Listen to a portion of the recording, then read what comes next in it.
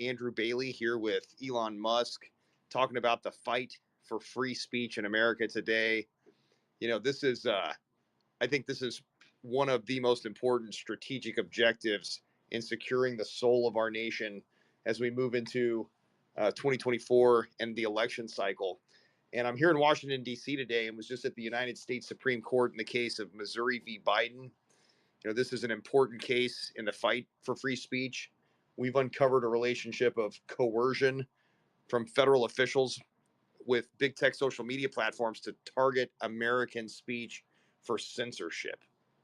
Specifically, at the Supreme Court today, the justices were really fixated on the relationship between the government officials and their counterparts in the big tech corporations.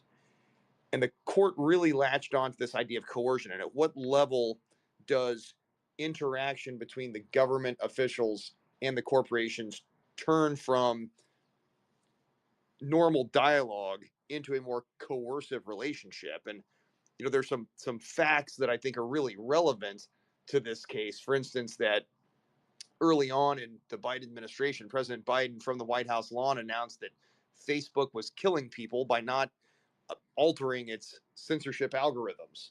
That both the president and Jen Psaki had threatened antitrust action against the big tech social media companies and had threatened repeal and amendment of Section 230 of the Communications Decency Act. But I would also point out that although coercion absolutely happened, and the evidence that we put on at the district court level established that there's really three ways to prove governmental action resulting in a violation of the First Amendment. And it's coercion is one of them. The other two are a form of significant encouragement, where government officials are significantly encouraging the social media platforms to censor in a way that violates the First Amendment. And the third is joint participation. And I think Justice Clarence Thomas, his questioning really highlighted this aspect of the case law, that when you've got corporations and governmental officials with the same objectives operating in tandem, that there's no distinction between the governmental action and the corporate action, and thus you can establish a violation of the First Amendment that way. So again, in preliminary discovery, we were able to obtain 20,000 documents, numerous depositions. We took all that evidence to court back in May of 2023 and put it on. The court issued a more than 100-page order on the 4th of July, 80-something pages of factual findings, clearly delineating this relationship of coercion, this significant encouragement by federal officials, the joint participation between federal officials and big tech to censor American voices, and the actual censorship that occurred. In fact, some of the emails that have come out from Facebook after we put on the evidence back in May show that Facebook certainly understood that they were amending their moderation policies in order to satisfy the demands of federal officials. So we feel the case is strong, and the district court agreed. The district court issued a preliminary injunction to stop government censorship on big tech. We defended that injunction twice at the Fifth Circuit Court of Appeals, and the Department of Justice appealed and took the case to the United States Supreme Court. So that's where we were today. And again, I think the arguments were really fascinating, but I want to turn it over to Elon and ask, since you took over Twitter, since you took over X and have instituted these reforms and released the Twitter files, when we're talking about coercion, significant encouragement, joint participation by federal officials, what have you seen? Yeah, we've seen all of that at scale with the Twitter files. I mean, we try to basically come clean and publish just how much coercion had happened, and I think there's probably more that we just haven't uncovered yet. But there was, and this is coming from multiple parts of the government, from the State Department, the FBI, Homeland Security, from really many parts of the government. It wasn't just one arm of the government. There was this FBI portal that auto-deleted all communications after 2 weeks. So we actually don't know what was said there. In fact, that does strike me as a FOIA violation, a Freedom of Information Act violation, because you shouldn't be able to delete things after 2 weeks. There's a little known agency in the State Department called the Global Engagement Center, which most people have never heard of, but they might have been the single worst offender because they demanded the suspension of at one point over 250,000 accounts, which I think all Twitter largely complied with. But they did it. The suspension demands were so broad that they accidentally demanded a suspension of a journalist on CNN and an elected Canadian politician. It was just an incredibly broad swath. And then, of course, one has to be careful of uh, things that constraints on speech that may be dressed up as one thing, but in fact are political in nature. Um, and if one looks at the suspensions and the visibility suppression that happened at Twitter, it was overwhelmingly like 10-1 um, in favor of Democrats. Like basically, there'd be like 10 voices on the right suppressed for every one on the left. And even if there was someone suppressed on the left, it would usually be because of an argument of two people on the left. So it was a very big thumb on the political scale. Um, and so I think that that there's a reason that we have the First Amendment, and it's important to think about that. Um, why does it exist? And it exists because people came from countries where they could not speak freely, where if they did speak their mind, they would be imprisoned or killed.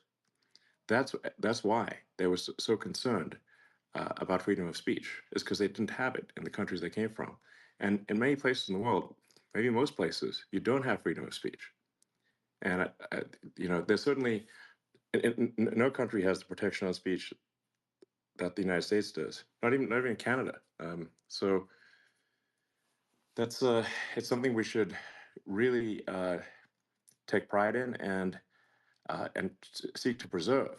Um, because I think that the bedrock of democracy is freedom of speech. Because if you can't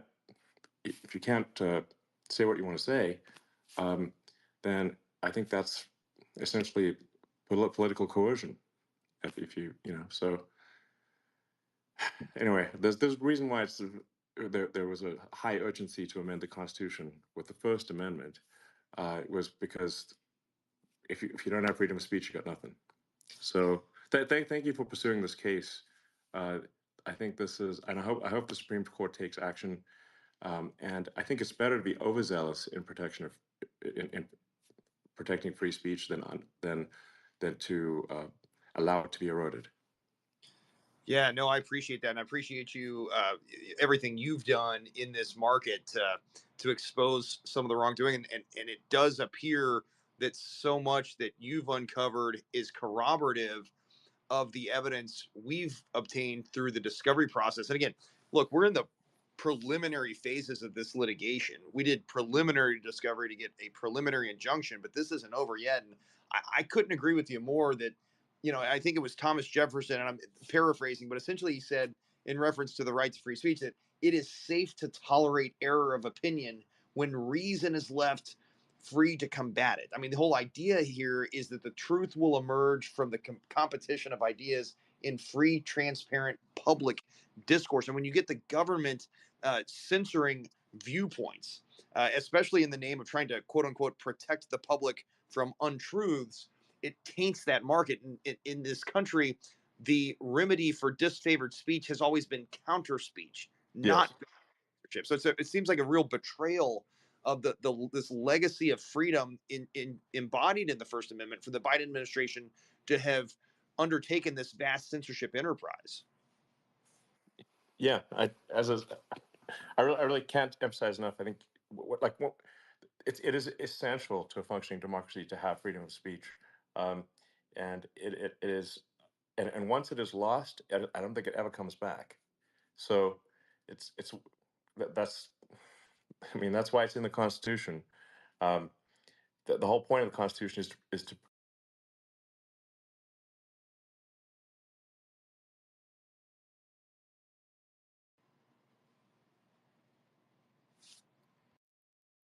Seems like there's something wrong with the Yeah, and stream. I want to point out too that some of the evidence going back to this idea that the censorship was really targeted at one viewpoint, and I think you talked about it being 10 to 1, that conservative Republicans were targeted for censorship, uh, as opposed to the occasional left leaning Democrat, and oftentimes it was only because two progressives, two liberals, two Democrats were arguing with one another that would result in one of them being censored. But the evidence that we uncovered, not only can I show you actual emails from the White House communications office saying, hey, take down that Tucker Carlson video, take down that Tommy Lahren post, deplatform RFK, but we can also show you that, for instance, the Cybersecurity and Infrastructure Security Agency, CISA, which we've identified as the nerve center of this vast censorship enterprise, maintains a spreadsheet of targets for government censorship. And I see a lot of parallels between the Global Engagement Center and CISA and this orchestrated campaign to eliminate one viewpoint from public discourse. This wasn't a one-off. This wasn't an isolated incident. And I think it's really disturbing that this Cybersecurity and Infrastructure Security Agency was intended to protect bridges and computer databases. And yet the director of CISA has said publicly like that she also is dedicated to protecting neurological infrastructure. I mean, it could not get more Orwellian. And what's even more frightening is that CISA is within the Department of Homeland Security. This is a federal agency created in the wake of 9/11 to protect Americans from foreign attack. And yet here it's been weaponized against American citizens to violate our right to free speech. But, Yeah. yeah. I mean, I can't speak to CISA specifically, except say that there were a lot of requests from Homeland Security, the Global Engagement Center, and the State Department, and the FBI, and there was a lot that I think it's unequivocally coercion at scale, and from the White House. So really, it's over the top, and I really hope the Supreme Court takes an action that gives government pause and it does not give them encouragement in the diminishment of free speech. So it dawns on me too that the legacy media has largely failed to cover so many of these stories. And it was telling at the Supreme Court today because Justice Alito and Justice Kavanaugh both latched onto this idea that, if the government were demanding that the print media remove certain content or face legal repercussions, no one would tolerate that. And yet here, the legacy media is almost like an ostrich with its head stuck in the sand, ignoring what's going on big tech. Why is the legacy media? Why do they ignore this issue? Well, I think that's a good question. I mean, they're almost in unison, supporting and not questioning the government, and this is a fairly new development. I mean, in times past, the media, the legacy media, when it wasn't the legacy media, would question the government very strongly, and wouldn't trust the government. And now we're being told to trust the government. I mean, there was the whole sort of COVID debacle, where there was a lot of key data points on COVID that were suppressed, um, and and and the public was just told to trust the government, and there was no questioning of the government by the legacy media. So I don't know. I mean, the the sort of legacy or formerly mainstream media really seems to be largely a cheering squad for the far left and for the government, which is tragic. But I mean, their relevance is declining over time. Um, I think what matters is that for electronic media, that there is freedom of speech because that's where people are. I mean, print newspapers are a dinosaur and they're going away. Um, and but I think that's therefore all the more important that on um, what's called social media, but which is really just electronic media, uh, that there not be constraints from the government, and on what people can say. So one of the really interesting comments I heard at the Supreme Court today was from Associate Justice Ketanji Brown Jackson when she said that it appeared that the First Amendment was hamstringing the government's response to an emergency. And it kind of dawned on me that I'm not sure that Justice Jackson and I share the same view of the purpose of the Constitution broadly. In other words, my view of the Constitution is that it exists to protect us from the government. Yes, And absolutely. so the fact that it is hamstringing the First Amendment hamstrings the government's ability to censor free speech is a good thing. And she almost characterized it as a bad thing. And yet the Yeah. legacy again ignores that headline altogether in favor of talking about how skeptical the justices were of this coercion argument. Yeah, the whole point of the Constitution is to uh, constrain the power of government, and so that it is not turned against the people. And that's also something where, people come here from other countries where they were used to an extremely coercive government, where that they didn't just lack freedom of speech, but they lacked many freedoms. Uh, and That's why you have the Second Amendment, the right to bear arms, because one of the other things that people had in the countries they came from is that they weren't allowed to have guns, because the way to suppress the population is to control the news and make sure that the population has no guns. And the point at which you control the flow of information and you have the weapons, you control the people. So I think both the First and Second Amendment are actually very important. Certainly. And at the end of the day, I think you're spot on that our culture, our society has evolved to the point that electronic media is has completely eclipsed legacy print media. Certainly, the way in which we receive information has changed so much in the past 10, 20 years. Give us some context there. I mean, what is the order of magnitude in this fight? What is truly at stake when you look at just the sheer quantity of individuals impacted who interact and receive information from social media?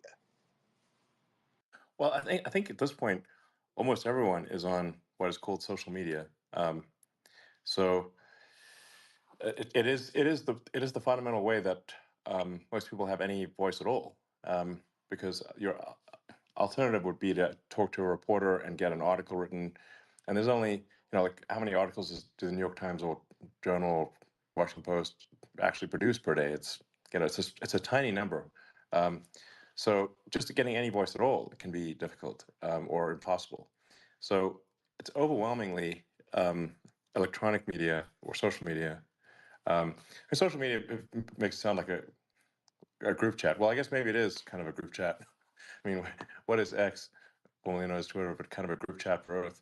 Um, but yeah, like, I mean, there's 500 million uh, posts per day, something like that, on the X platform.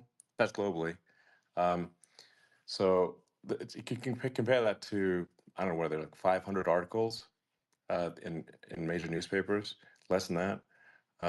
So it's like a million times. It's like a million times less. So, and in fact, I have a son. One of my sons has some learning difficulties. It's kind of autistic, and probably got it from me. But uh, he he, uh, he literally had not noticed a newspaper until we were walking through an airport, and he saw, I think it was Wall Street Journal or something, and he looked at the paper and said, "How did they know it was today?" And I was like, no, no, son, they print that thing out every day. And he says, "What? They print it out every day? What a chore!" And then he said, followed up with, "Oh, they probably just read the internet and print it out." I'm like, "Yes, that's what they do." Almost no reporters are actually on the scene. They they literally just read the internet and print it out. So a massive number of the articles that are written as because of posts on the X platform or posts on, Facebook or, somewhere else. But actually, it seems, I think, overwhelmingly on the X platform. At least I don't see a lot of Facebook based stuff. So um, and Instagram is basically just an online modeling agency. So um, the contentious stuff is generally on the X platform. It does seem like the newspapers, telephones. I mean, these kind of quaint historical anachronisms that were present when I was a child, and you're right. My children have no concept of what these things are. But at the same time, you know, and I know there's been a lot of comparisons about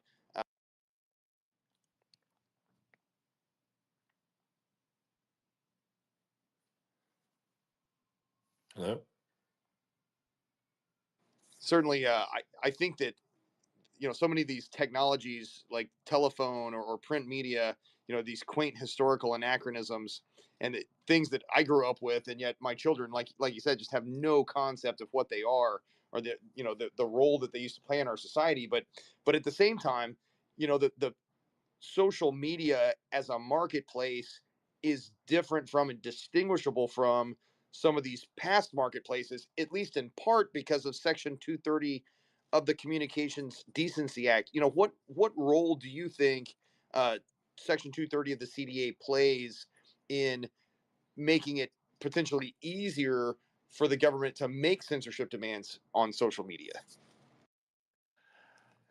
Actually, I'm not sure. I'm not sure I've got a good answer to that as a matter of law, but I do think that there does need to be protection of the social media companies from lawsuits for stuff that's on the platform. Otherwise, the social media companies will be sued into oblivion. Um, so we do have a very litigious society. So I think that it is important to have protection from being sued into oblivion, or this will simply be cease to exist, or be forced to engage in draconian censorship out of fear of legal repercussions. So, you know, I think we need to kind of let people say what they want to say, and I do think it's important to have transparency and like how the sort of recommendation algorithm works, and if accounts have been suppressed in any way. Um, so we're actually just rolling out so that if someone knows that they've been uh, you know, have a search ban or whatever, or they've been incorrectly identified as not safe for work, um, or if there's any kind of visibility suppression, it needs to be surfaced to the account holder so they know that it's there. They shouldn't have to try to use third parties to figure it out. Like we're just trying to be as open and transparent as possible. Um, and it's difficult to do that because there's so many layers of code in the system. But I think we're making steady progress, and with things like community notes, I think is a fundamentally good thing. I really encourage people to contribute to community notes because I think that's maybe the best source of truth that I've seen on the internet. Uh, because if somebody posts content on the X platform, in order for a community note to surface, we don't delete that content, but the community note could say that that post is false and here's why, or it could say that post is missing important context. Here's the added context. And in order for that community note to be shown, people who have historically disagreed must agree that the note is good in order for it to be shown. And that's just the sort of the key magic there with community notes. And also important to emphasize, community notes, the software is completely open source. There's nothing hidden, and the data is completely open source. So you can recreate independently exactly how a note was written and how it was surfaced. So you know yeah. So that's, I think, really pretty helpful. Yeah, I mean, again, in keeping with your history and legacy of innovation, I mean, the what you've done with X is truly innovative. I mean, in the way in which you're both you're balancing the protection of consumers and customers while simultaneously promoting free, fair, and open debate. Are these best practices that you feel like other social media companies could adopt? Or I mean, are some Yeah. of these transplantable? Yeah, I mean, actually, I think what the government should be trying to do is insist that social media companies uh, make their recommendation algorithm uh, transparent, open source, and that there be no hidden censorship.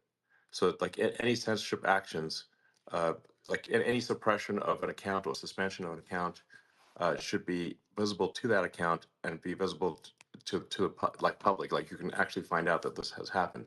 Like there's currently a massive amount of hidden censorship that is done by Google, and by, frankly, also by Facebook and Instagram, and so and people have no idea about this. And by the way, the Google censorship might be the most pernicious because it's very easy for them to just nudge a link onto the second page, and there's that old joke of what's the best place to hide a dead body? Well, it's the second page of Google search results because nobody ever looks there.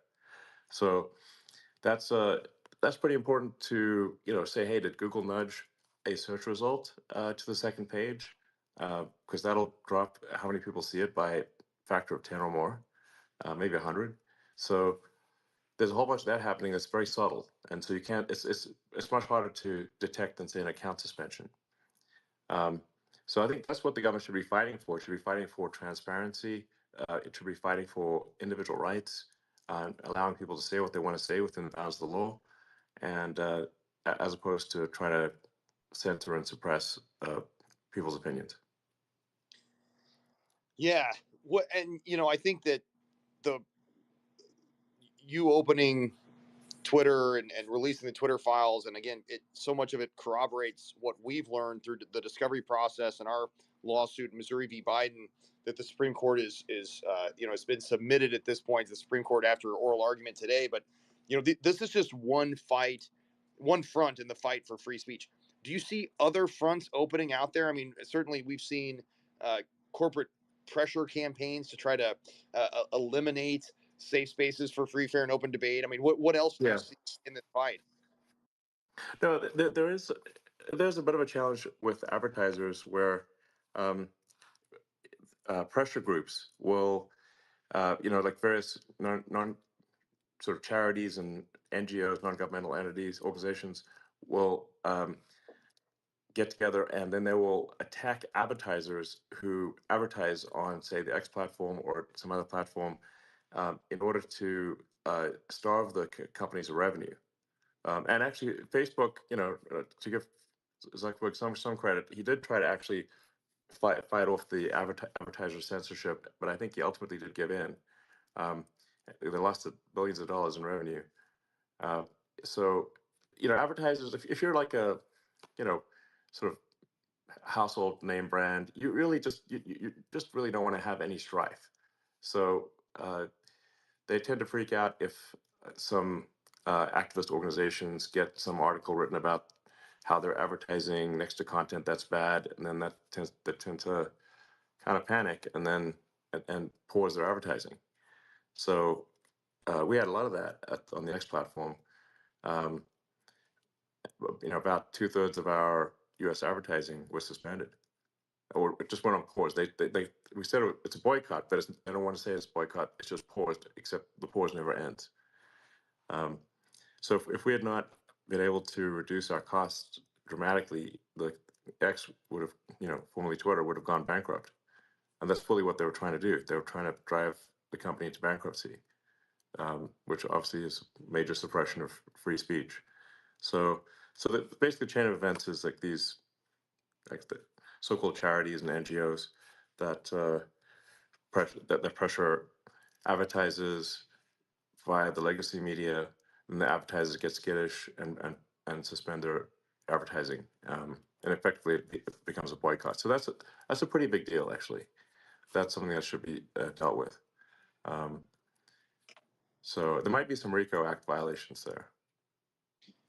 Yeah, certainly. And one of the other ways I've looked at it is from the standpoint of a potential antitrust issue where you've got this market manipulation, and what level of coordination and whom does that benefit. So certainly these are new experiences in a evolving marketplace. But I think I wanted to go back to one of the things you said that I think really struck a chord with me, and it's that it dawns on me that the First Amendment protects not only speakers but listeners. So, like, our Sure. right to free speech is not just our right to say something, but Right. the right of the people to hear something. And so, Exactly. like, when you get speech suppressed on X or on Facebook, not only are the people making the posts, their rights are violated, but anyone who would have reviewed that information, it's almost, when you look at Google, and the deplatforming, de-emphasizing, shadow banning, and like you said, hiding things on the second page of the Google search.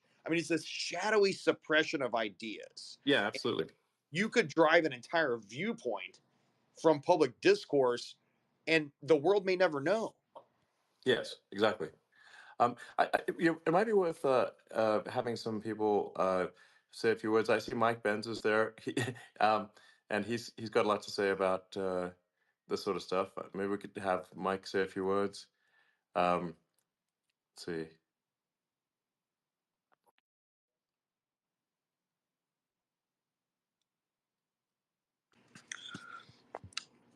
Hey, Oh, Mike. hey, how you doing? Thanks for having me on. I appreciate. This is a fascinating conversation, and Andrew, thank you so much for spearheading this fight. You know, this is. I hope the entire galactic universe is sending their spirit energy to you this week. You are the tip of the spear, and this. I think if this action had been brought years ago, we might not be in the position we're in. There's a few things that I just wanted to maybe relay for your sort of strategic consideration and for the education of the audience. And that is, you know, with respect, I heard the dialogue about the role of the media in this, and questions about why the media is not, taking up the issue, and that gets to another thing that I think would be really helpful to be able to stress with respect to convincing justices if you agree with this strategic assessment, which is the whole of society model that the government set up is definitive proof of coercion and collusion, and it's the government's own words, so you don't even need to establish it as some novel theory. So Elon was speaking about the State Department's Global Engagement Center, which was created in 2014 initially to take on ISIS, to give the State Department a way to censor ISIS recruiters on Facebook and Twitter. It was really the first ever formal government censorship office, but it was supposed to be foreign facing. And then after the 2016 election, that same network around the State Department's Global Engagement Center, this is basically a group called the Atlantic Council, which is a big backer of Biden world, not to make things political, but this is what they did. They had these planning documents with how to set up a censorship office within the Department of Homeland Security. And they proposed first putting it at the State Department's Global Engagement Center, but said, hey, that's too foreign facing. Maybe we could park it at an intelligence agency like the CIA or the FBI. They ultimately decided on DHS, which would combine essentially this foreign facing media power that the CIA has with the domestic jurisdiction of the FBI, with DHS being the only other domestic intelligence equity besides the FBI that that would be able to take on speech. And because the FBI is the intelligence arm of the Justice Department, they didn't think the FBI was the appropriate place to park this CISA operation, because it's not illegal to tweet about mail-in ballots or vaccine, negative efficacy or whatnot. And so they created this very deliberately. Now, DHS documents starting in late 2018 contemplated the construction, not just contemplated, they planned and they held entire meetings to create this whole of society model, which in their view fuses together the government, the private sector, civil society, and media in four quadrants to act in unison for censorship activity. That is, the government would provide funding and coordination. The civil society institutions like the university centers, which function as these sort of mercenary firms, these are places like the Stanford Internet Observatory and the University of Washington and MIT and Harvard, that they would put pressure on the private sector institutions, that is the platforms. And this is what Twitter 1.0, we saw this in the Twitter files and many other cases. They were complaining about all the pressure from civil society, from the universities, from the NGOs, from the nonprofits, from the community leaders and activist groups. But the fourth quadrant was the media. In 2016, when the censorship industry was getting constructed, the media was facing two sources of pressure. One is their revenues were being squeezed by online media. They were being outcompeted by citizen journalism. And because citizen journalists don't have to pay these vast staffs, and the content was free and even more popular, they faced a commercial threat from from alternative news. At the same time, forces within the U.S. government, through this whole society model, were onboarding these media organizations to join the Whole Society Censorship Alliance. So they had both a commercial and a political impetus to engage in, to not just engage in, but to actively support at all measures these censorship activities.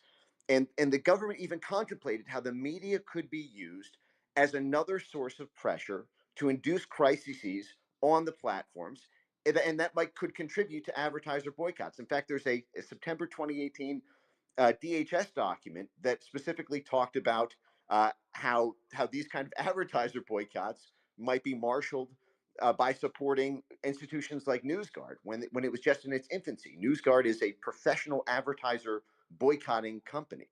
So you have this whole society model, which by itself, establishes the censorship laundering process. And if you go to the top of my timeline right now, at Mike Ben Cyber, for anyone listening, you'll see at the very top of it, I have a 2.5 minute supercut of government officials from DHS, from the State Department, from the Pentagon, from USAID, one by one, all the different, because the formal title is Whole Society, Whole of Government. This is when Elon was referring to to the fact that it's bigger than just DHS and it's bigger than just the State Department's Global Engagement Center.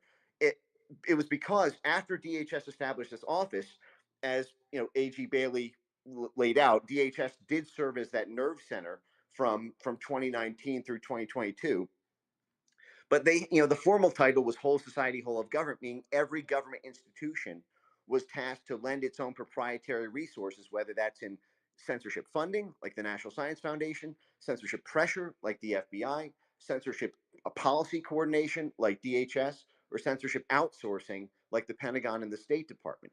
So this is now a whole, what's at issue here in terms of censorship laundering in this case is whether this whole society model is valid. And one thing that I would just propose, another thing strategically is, I heard this argument today in the oral argument about narrow tailoring. Another video I just put at the top of my timeline is a proposal, and again, this is just for your consideration, Andrew and everyone else on your team. One way that you can slice through that narrow tailoring question is to look at the propaganda versus censorship model, or dichotomy, as being knob upturning and knob downturning, and proposing a constitutional limit on the ability to act as essentially a hedge fund, if you will. And the analogy that I draw here, and this will be the last thing I'll say, because thank you for your time, I appreciate you letting me speak here. But there are limits on financial institutions around mutual funds, for example. Mutual funds are these huge endowments of money, and because of their size and the nature of what they're entrusted to protect, they're limited from short selling. Mutual funds can only go long. They are barred by law from engaging in short selling because of what would happen to the market if that much money with that many people's pension funds were to go short and attack a stock, do a bear raid on a stock. Now, hedge funds have more flexibility. The US government always had a sort of mutual fund model when it comes to propaganda. They're going to argue, well, the government needs to be able to get its message out. If they think that vaccines are safe and effective, they need to be able to get their message out. If they think administration of an election, mail-in ballots are safe and secure, they need to get the message out. If they want a message on the Ukraine war, they need to get the message out. You can leave that intact by saying, yes, okay, the mutual fund model is sufficient. Knob upturning, there may be some room there, but when it comes to knob downturning, they can't act as essentially a sort of hedge fund and solve their problem with respect to coordinating with government officials by short selling or by laundering censorship, knob downturning through the whole society, whether that's the private sector, the civil society, or the media allies. All right. I mean, if I could just hope one thing with respect to the Supreme Court decision is that they err on the side of free speech. It's really that it's not going to be a clean cut thing either way, but it's just if you got to make give one thing the benefit of the doubt, I think we've got to give benefit of the doubt. Benefit of the doubt has got to go to more freedom of speech, not less, because there's steady encroachment on freedom of speech as it is, and so and there's certainly even if there's if some people think there isn't any fire, there's certainly a lot of smoke, and I think there is fire actually. with respect to impingement on free speech. So I just hope that the Supreme Court comes down with erring on the side of freedom of speech. This is really, I think, the right move for the future. I think we can't have a functioning democracy if people can't speak their mind. And so I sure hope that happens. Let's see. There's a few others maybe that are worth hearing from. I don't think we've got time for everyone, but let's see. I guess Alex, add Alex and Brian, and let's see if this works. Hey, I how are think you guys? I think Alex and Brian, I think both of you guys were at some point suspended. Yep. Yeah. Is that accurate? Yes, we both were. So I was suspended back in April of 2020.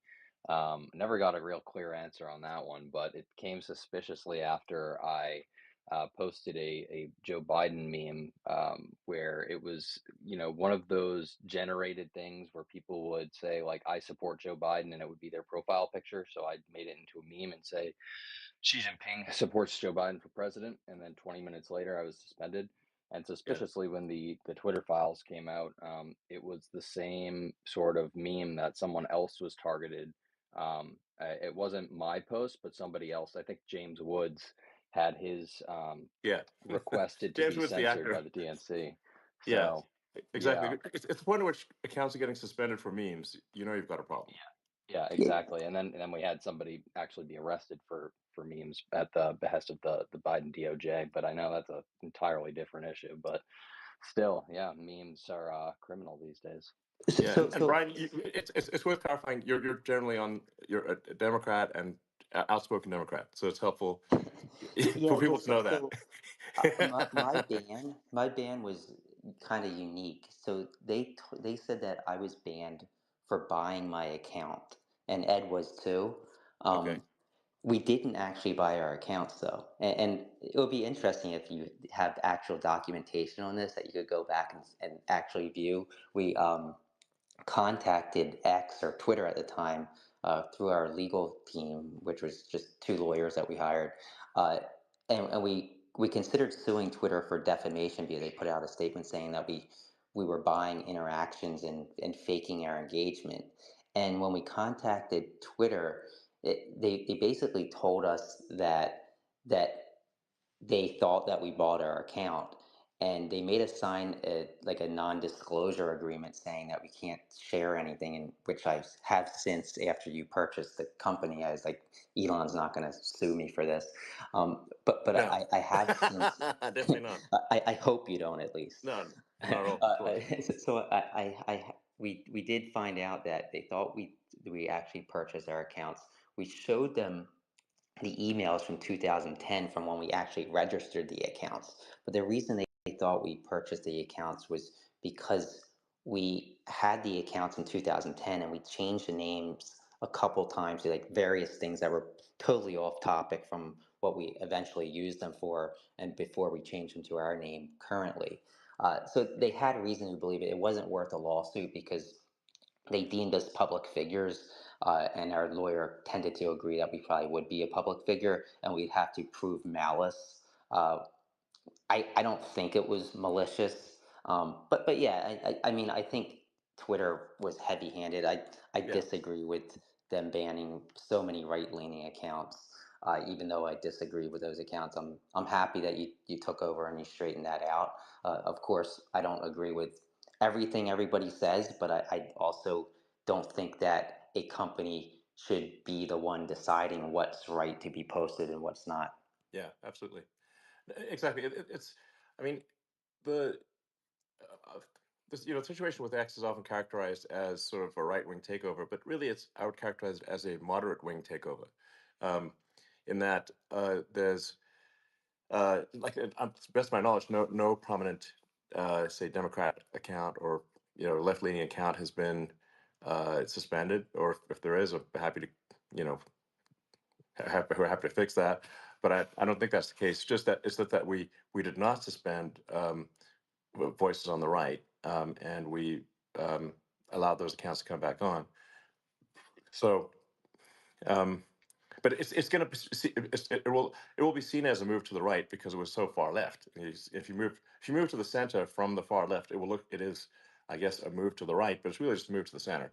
At least that's the aspiration. Now I'll have my my own views, which personal views on the subject, which I'll continue to speak my mind as I sort of see fit, independent of the platform. But the platform itself is intended to be fair and even-handed, and not biased towards any one account or any viewpoint. Yeah, and I think personally for me, I think if you go back 5 or 6 years, I don't think I was entirely against Twitter banning some of the people I disagree with. And it wasn't until I was actually banned that I realized how stupid that was of me to think that. Because you don't, everybody thinks they're right and the other Sure. person is wrong. So No, I think exactly. that you need to put the shoe on the other, put the other person's shoes on your feet and try and walk in them for a little bit. Yeah, exactly. I mean, free speech is only relevant when it's someone you don't like saying something you don't like. Uh, if because if that's not if that's you know that there's free speech if someone you don't like can say something you don't like. But if that's not the case, then it's really, I think, only a matter of time before that censorship apparatus is turned on you.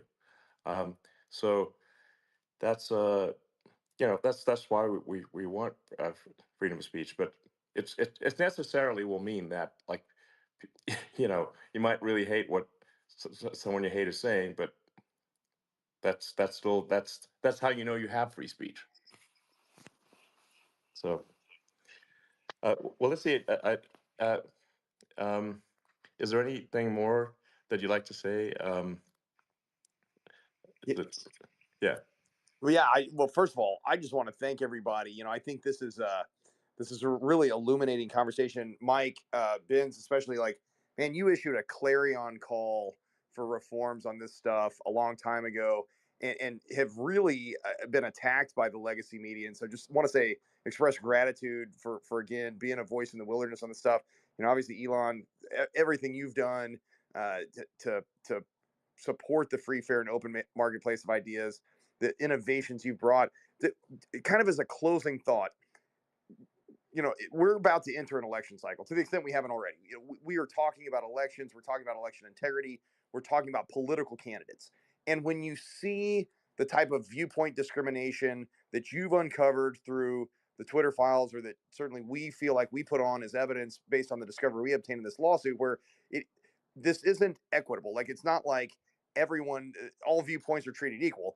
The Biden administration clearly targeted anyone who dissented with their policy positions. And so the suppression of free speech was really targeted at core political speech, at least in the evidence that we've uncovered. What does this mean? It's dripping with irony that the same people who profess to want to promote truth against disinformation and misinformation, and want to, protect democracy, would undermine our democratic process and suppress truthful speech. And this has never been about truth. It's always been about power. But what do you see as we move into an election cycle? Kind of as closing thoughts, as far as what's at stake in this fight for free speech as it relates to elections? Yeah, well, I think it's essential to have free speech, in order, like, to know, well, who should you vote for. If what that person says is censored, or suppressed, then you don't know whether you should vote for one candidate or another. Um, so and I think it's sometimes, like, there are people, and, like, I actually know a lot of people, and the FBI and Homeland Security and the State Department, and I don't think they were, like, bad people, actually, but it's just, you just can't have this government censorship apparatus exist at all. And I think if and for those that are, like, that do want it to exist, they as Brian alluded to mentioned earlier, it's like you got to be prepared to have the shoe be on the other foot. Like, okay, so if there's suppression of people on the right, well, what happens? Let's say, let's say if Trump were to win in November, well, then he would have those same tools to use against the left. So I think we want to just have those tools not exist. Because as long as they exist, I think those in power will not be able to resist the temptation to use them. Yeah, no, couldn't agree more. And again, I just want to say thank you to everybody for being present and being involved in the conversation. I think that again, the truth will emerge from the competition of ideas and free, transparent, and public discourse, and that's why this fight is so important. And especially as we move into the election cycle, I know I want to thank you, Elon, for everything you've done in this, in this space, and specifically with the Twitter files and in the fight for free speech in America. And certainly, we're going to continue to fight in Missouri v. Biden. To root out the vast censorship enterprise and put an end to it once and for all. Hopefully, the Supreme Court does the right thing, energized by getting to be there today to make argument in this case. And can't thank everybody enough for your time. All right, thank you very much. All right. That was pretty interesting. I think Elon is not wrong to advocate for free speech. If you didn't listen from the beginning, feel free to listen from the beginning. And I'll see you in the next video. Make sure to like and subscribe. Thank you so much for watching.